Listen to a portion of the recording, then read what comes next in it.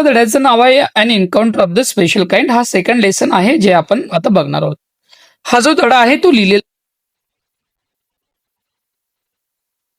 आणि तपन मुखर्जींनी काय सांगितलं की त्यांच्या आयुष्यामध्ये ते जेव्हा लहान होते तेव्हा एक घटना घडलेली, एक इन्सिडेंट घडलेला आहे आणि तो जो इन्सिडेंट त्याच्या आयुष्यामध्ये घडलेला आहे ते इन्सिडेंट त्यांनी आपल्यासमोर मांडलेलं आहे, सांगितलेलं आहे एका स्टोरीद्वारे. तर अगदी सिस्टमॅटिक पद्धतीने आपण समोर जाऊया आणि इमेजेसद्वारे आपण शिकून घेऊया. याच्या शेवटी तुम्हाला काही प्रश्न विचारलेले आहेत जे की याच धड्यावर असणार आहे, त्यासाठी शेवटपर्यंत हा लेक्चर बघा आणि शेवटी तुम्हाला प्रश्नाचे उत्तर येतात का बघूया आपण. तर चला लेसनकडे. सो डी स्टुडंट, इथं बघा लेखक म्हणतोय my father was a medical professional.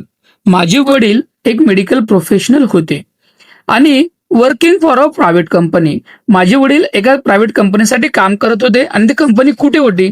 In Raniganj in West Bengal. तर ती कंपनी कुठे होती? राणीगंज वेस्ट बेंगॉलमध्ये ती कंपनी होते.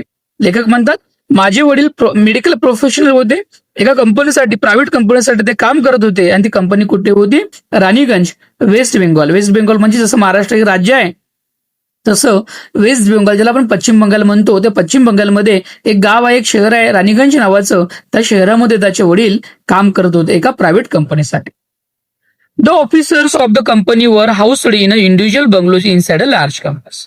आणि त्या कंपनीमध्ये जे काम करणारे जे काही लोक होते, जे ऑफिसर्स होते, हे कुठे राहत होते?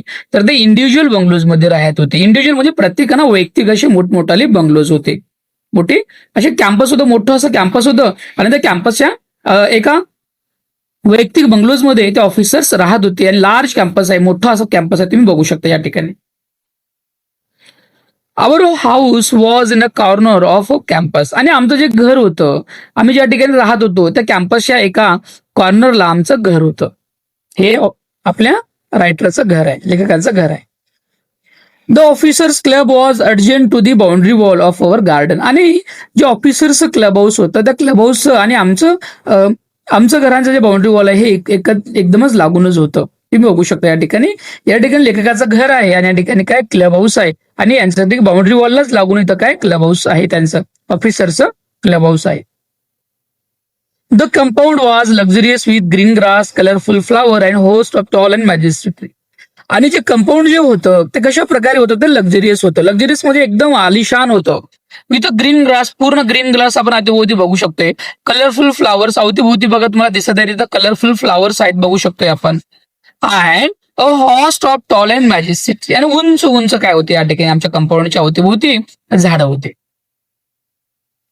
The seasonal vegetables in the kitchen garden of the house holds and the magnificent tree constantly attracted squirrel आणि many species of the birds. आणि काय होतं तर आमच्या जे कॅम्पस होतं त्या कॅम्पसमध्ये आमचे जे घर होते त्या प्रत्येकाच्या घराच्या समोर काय होतं? किचन गार्डन्स होते. आणि किचन गार्डन मध्ये काय करायचे? आम्ही काय करायचो त्या ठिकाणी भाजीपाला लावायचो.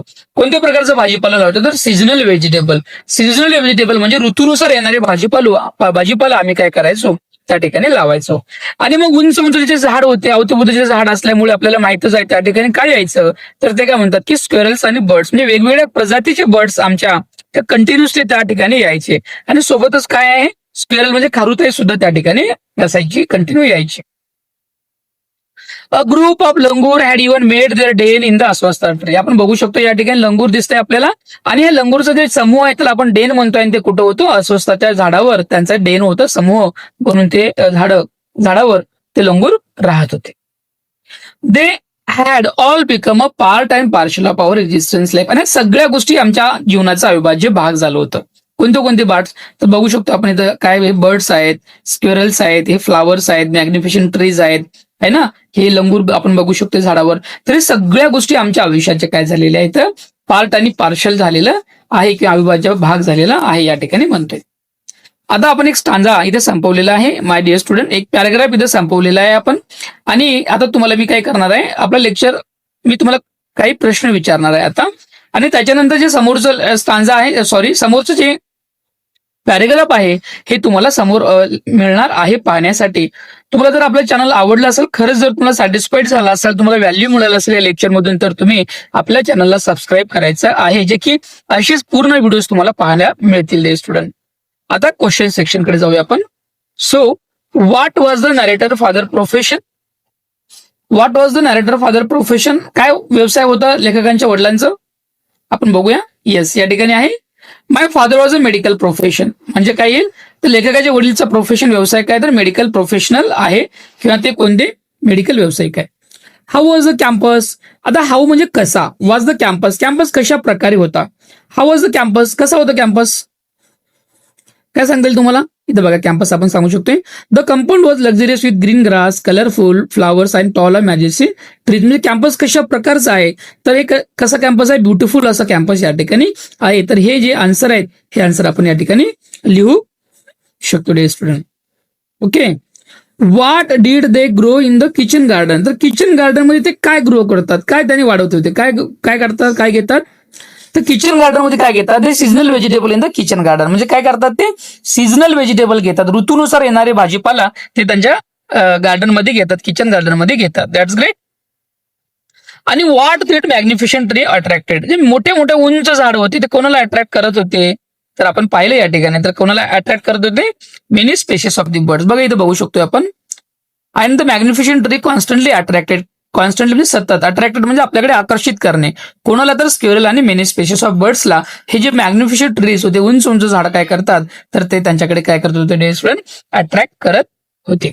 सो या ठिकाणी तुम्ही वही पेन घेऊन एक प्रश्नाची उत्तरं लिहू शकताय आणि आपला जो व्हिडिओ आहे तुम्ही जास्तीत जास्त लोकांपर्यंत शेअर करू शकताय. 10वीचं पूर्ण सिलेबस तुम्हाला याच पद्धतीने पाहायला मिळणार आहे day student. Thank you so much.